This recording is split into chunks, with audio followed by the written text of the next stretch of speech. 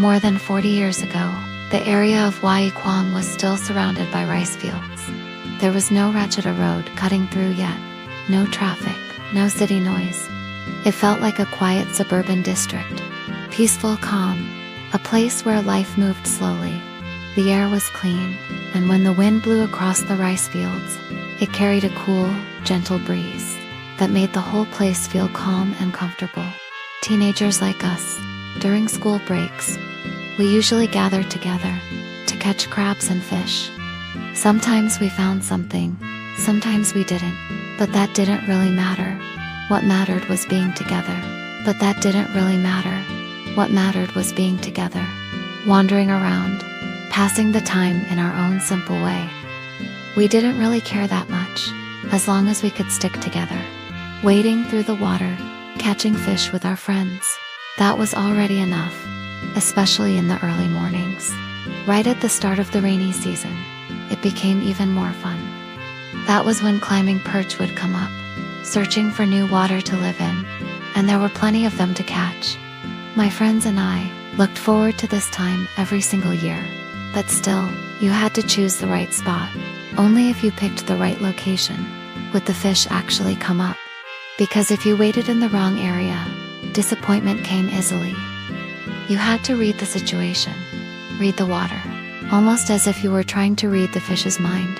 Catching climbing perch with bare hands, that was a skill of its own. In my life, there was one man everyone knew. People called him the climbing perch master. That was because he was incredibly skilled at catching climbing perch with his bare hands, a true expert. During the rainy season, he would catch perch and bring them to sell at the market.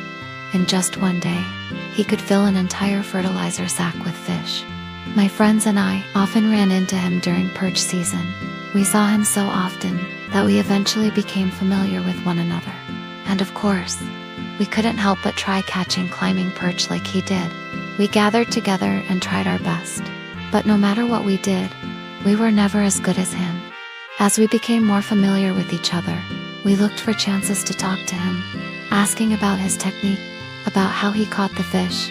But it seemed like he was protective of his skills. He would often look at me and say, "Hey, this kind of knowledge isn't free, you know? Toy, right?" If I wanted to learn his technique, I had to invest something. I already knew one thing about him. He loved white liquor. That was his favorite. I had seen him drink it before. The moment it went down, his face twisted in every direction. Then he would quickly bite into some sour tamarind. Just watching him made my own face twist along with his. So I decided to invest. I bought him a bottle of white liquor, along with some sour tamarind. In return, he finally taught me his method for catching climbing perch. And it worked. It really did.